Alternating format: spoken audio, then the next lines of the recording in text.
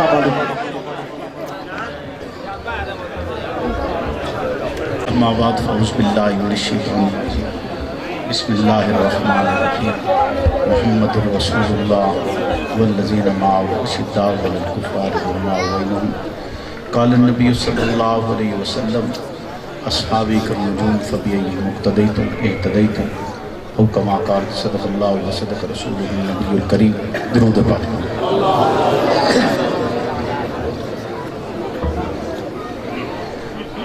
اللہم صلی علی محمد معدن الجود والکرم منبع الحلم والحکم وآلہ وسلم۔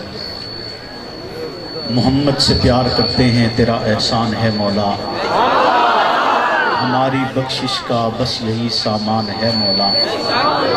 در شاہ مدینہ چھوڑ دے جنت کے بدلے، یہ سودا ہم نہیں کرتے ہمیں نقصان ہے مولا۔ تیرے باغی تیرے شاتم بشر اچھے نہیں لگتے، تیرا سایہ نہ ہو جن پر وہ سر اچھے نہیں لگتے۔ تیرے اصحاب سے مجھ کو محبت کیوں نہ ہو آقا، کسے اونچے گھنے ٹھنڈے شجر اچھے نہیں لگتے۔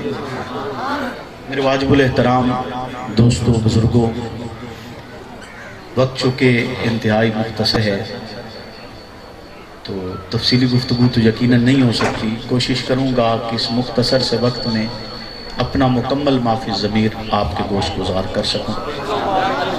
آج کا یہ پروگرام زیر صدارت ہے میرے عزیز از جان بھائی محترم مفتی سعید ارشد الحسینی، جو ملک کے گلی کوچے میں مدح صحابہ کو عام کر رہے ہیں، اور یقیناً یہ وہ پیغام ہے جو مرشد سے مجھے اور آپ کو ملا، اور اس پیغام کی ایک تاثیر ہے، اس پیغام کی ایک طاقت ہے جس طاقت کو سمجھنے کی ضرورت ہے۔ ہر انسان کا ذہن عقیدے کا غلام ہوتا ہے، عقیدے کا غلام۔ ہم سب کے پاس ایک عقیدہ ہے، نظریہ ہے، اور جب تک ہمارا ذہن اس عقیدے کے لیے پختہ نہیں ہوگا تو یقیناً وہ عقیدہ نہیں ہوگا۔ ضروری ہے کہ عقائد و نظریات میرے اور آپ کے دل و دماغ میں انتہائی مضبوطی کے ساتھ موجود ہوں، اور یاد رکھیے گا عقیدہ اور نظریہ خوف، دباؤ اور مروبیت کی وجہ سے نہیں بنتا۔ کہ آپ دیکھیں جی چار بندے آئیں انہیں بندوقاں چاہیے ہوئی ہیں تو تُسا کو نہ دے آکر دے تُسا نظریہ بنا لے۔ بولو یہ جو سکتا ہے؟ 10 گاڑیاں آ جائیں تو آپ سے کہا جائے کہ یہ نظریہ رکھ لیں، بولے نا۔ عقیدہ اور نظریہ ہمیشہ بغیر خوف کے بنایا جاتا ہے۔ خوف کے ساتھ بنا ہوا نظریہ نہیں ہوتا، خوف کے ساتھ بنا ہوا عقیدہ نہیں ہوتا۔ تو سب سے پہلی ضرورت یہی ہے کہ ہم جو عقیدہ اور نظریہ رکھتے ہیں وہ بغیر خوف کے رکھتے ہیں، بغیر کسی کے ڈر کے رکھتے ہیں۔ مرنا آپ نے بھی ہے، مرنا میں نے بھی ہے۔ بولیے ایسا یا نہیں ہے؟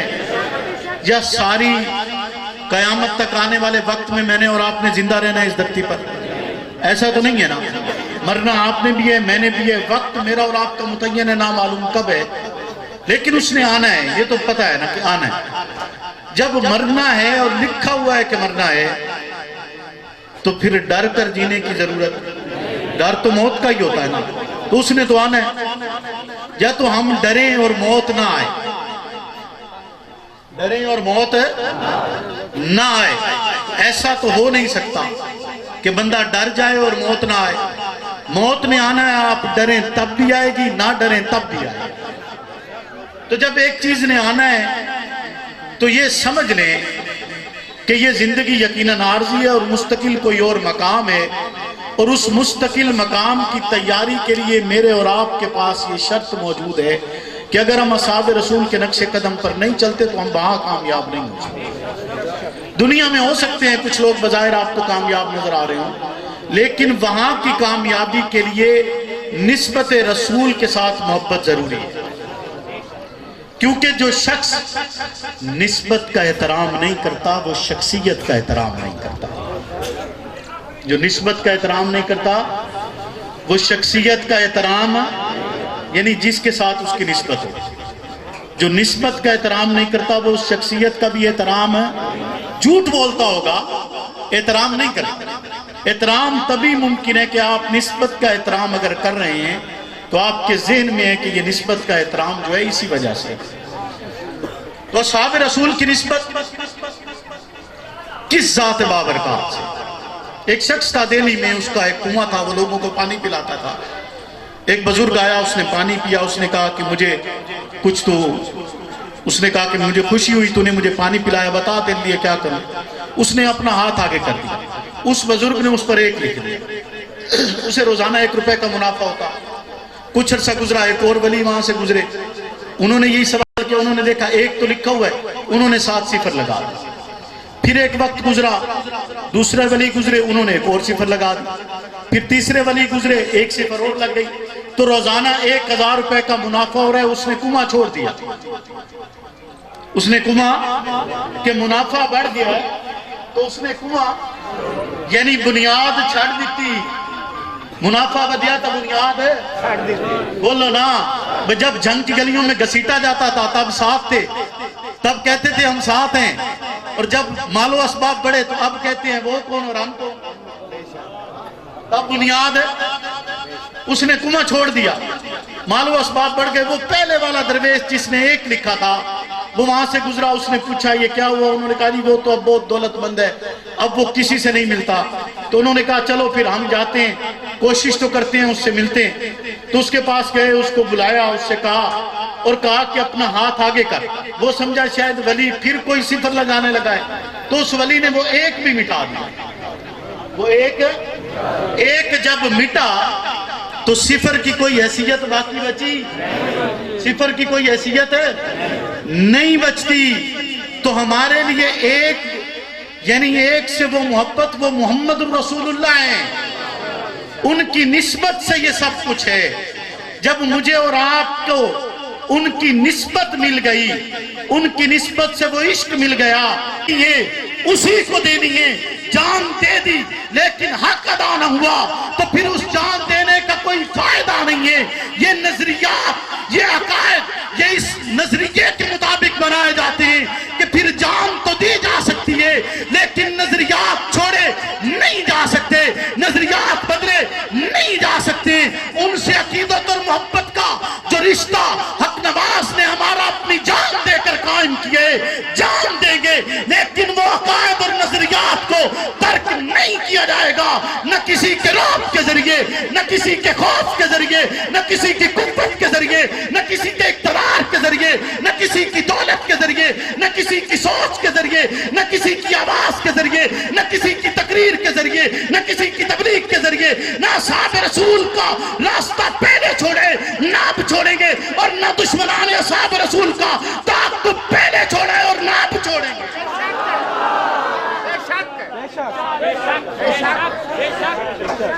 کیسے چھوڑا جا سکتا ہے صدیق کو؟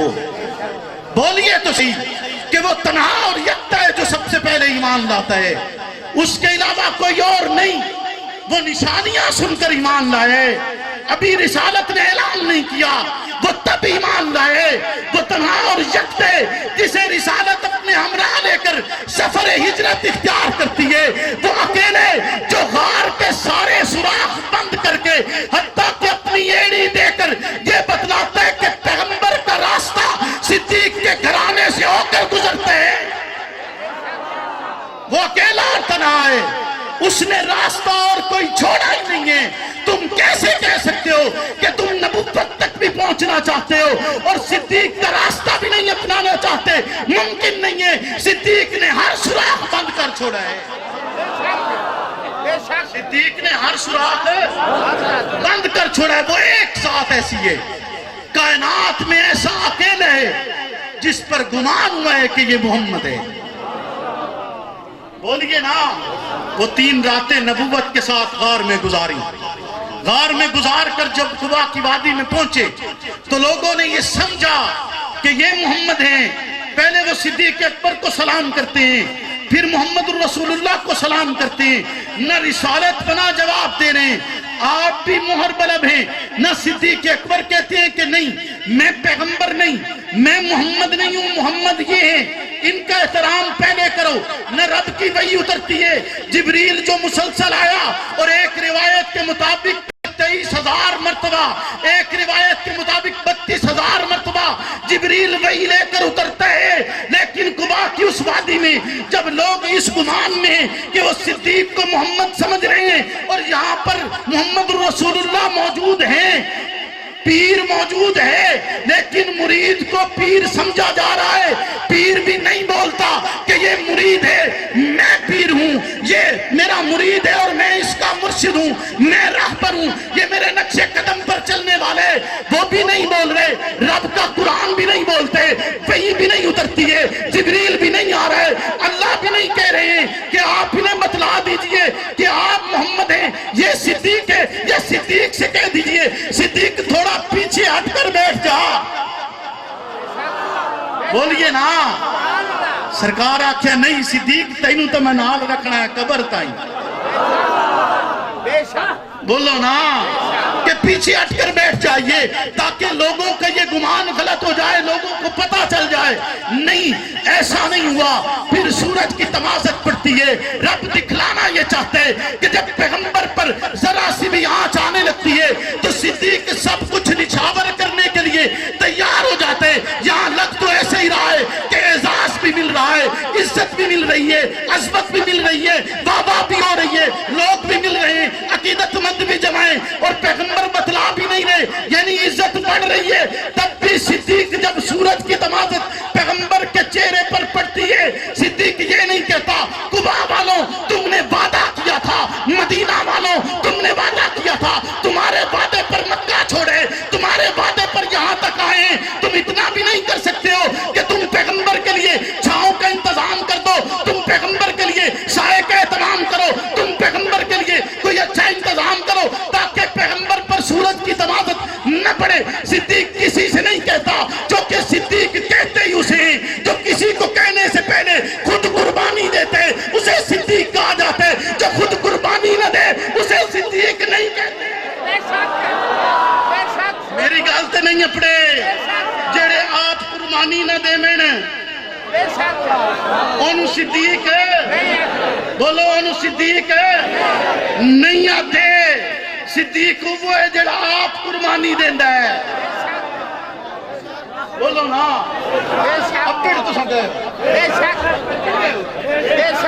صدیق کہتے ہی اسے جو خود قربانی دیتے، صدیق کھڑے ہوتے چادر اپنی اتارتے، اتار کر کالی کملی والے کے سر پہ سایہ کرتے کہ سورج کی تمازت پیغمبر کے چہرے پر نہ پڑے۔ یہ واحد تھا نا کہ جس پر پیغمبر کا گمان ہوئے، لیکن تب بھی صدیق کھڑا ہو کر اپنی چادر تان کر بتاتے کہ چادر ڈال کر پیغمبر میرے آل بیت میں شمار ہیں۔ بولنا، اگر سرکار چادر ڈالے اور اپنے بچوں پر ڈالے، بولیے نا، تو داماد آل بیت میں شمار ہو تو یہاں بھی جو چادر ڈال رہا ہے وہ بھی تو سسر ہے نا، بولو نا، وہ بھی تو سسر ہے یا نہیں ہے؟ جس نے بیٹی دی ہو وہ عزت میں کم ہو، رتبے میں کم ہو، مقام میں کم ہو، ہوتا تو باپ ہے نا، بولیے نا، ہوتا ہی ایسا نہیں ہوتا۔ صدیق وہ واحد ہے جس کو رب نے اتنے انعاموں سے نوازا ہے، وہ واحد ہے جس کے لیے رب نے کہا ہے کہ یہ صحابی ہے، جس کے لیے قرآن کہتا ہے کہ یہ صحابی ہے، وہ اکیلا اور تنہا ہے، تو یہ وہ نسبت رسول ہے جس نے یہ مقام دیا ہے۔ آج قبر کے اس مقام تک، اس جگہ تک جسے جنت کا اعلیٰ ترین مقام کہا جاتا ہے، جنت کا اعلیٰ ترین، جنت میں داخل ہونے سے پہلے سوال ہیں، جنت میں داخل ہونے کے بعد سوال ہے، تو دو افراد ایسے ہیں نا پیغمبروں کے بعد جن سے سوال نہیں ہوگا کیونکہ وہ جنت میں داخل ہو چکے ہیں، وہ جنت میں داخل ہے۔ بولو انجے گل ہے یا نہیں؟ سانتا مولوی انجے دسیا پر جنت میں جانے کے بعد سوال نہیں ہے، جنت میں جانے کے بعد سوال ہے نہیں ہے، تو جنت میں داخل ہو گئے وہ کیا سرکار کا حجرہ جنت نہیں ہے؟ بولو، اس حجرے میں موجود وہ لکڑی کا ممبر بھی کوئی نہیں نکال سکتا، لکڑی کا ممبر بھی کوئی نہیں نکال سکتا۔ تے جیڑا جنت وچ وگ گیا، رب دا وعدہ ہے جیڑا جنت وچ چلا گیا ان کوئی کٹ سکدا، ان کوئی کٹ سکدا نہیں، تے جیڑا او دے راہ تے نہ چلے ان واڑ بھی کوئی نہیں سکدا، جیڑا او دی راہ تے نہ چلیا اس کو پھر لے جا بھی کوئی نہیں سکتا۔ کیسے ہو سکتا ہے کہ آپ پیغمبر کا راستہ بھی چھوڑ دیں اور آپ کہیں آپ جنت میں بھی جائیں گے؟ کیسے ممکن ہے؟ رب نے بتلائے کہ پیغمبر کا راستہ اپنانا اسے کہا جاتا ہے کہ صدیق اور فاروق بالکل نبوت کے راستے پر ایسے چلے ہیں کہ جس مقام پر پیغمبر دفن ہوئے وہی دفن ہوئے۔ اس کو کہا جاتا ہے نقش قدم، اس کو کہا جاتا ہے پیچھے چلنا، اس کو کہا جاتا ہے اطاعت، اس کو کہا جاتا ہے وہ راستہ جس کو ہر مسلمان کو اپنانا ہے۔ تو پھر یاد رکھیے، آپ کسی کے ڈر سے اپنا نظریہ نہیں بنائیں گے، کسی کے خوف سے اپنا نظریہ نہیں بنائیں گے، آپ نظریہ سمجھ کے ساتھ اپنائیے، آپ نظریہ سوچ کے ساتھ اپنائیے اور پھر اس پر ڈٹ جائیے۔ جب آپ ڈٹ گئے تو پھر یاد رکھیے دنیا کی کوئی طاقت آپ کا کچھ نہیں بگاڑ سکتی ہے۔ میرا اور آپ کا خالق نہ چاہے، کائنات کا کوئی بھی فرد میرا اور آپ کا کچھ نہیں بگاڑ سکتے، اور اگر میرے خالق نے میرا اور آپ کا کوئی نقصان کرنے تو دنیا کا کوئی فرد مجھے اور آپ کو کوئی نفع نہیں دے سکتے۔ یہی پیغام تھا مرشد کا، یہی آواز تھی۔ اگر آپ سن سکتے ہیں تو آج بھی آپ کو سنائی دیتی ہوگی، آج بھی آپ سنیں، اپنے کانوں کے دریچوں کو ذرا کھولیے، اپنے شعور کے ادراک کو ذرا واضح کیجئے، آپ کو آواز سنائی دے گی۔ مرکز حق نواز آج بھی آپ سے کہہ رہی ہے، فنا فی اللہ کی تینے بقا کا راز مزمرے، جسے مرنا نہیں آتا اسے جینا۔ بے شک اللہم صلی اللہ محمد وعلی محمد کما صلی اللہ علیہ وسلم اللہم بارک علی محمد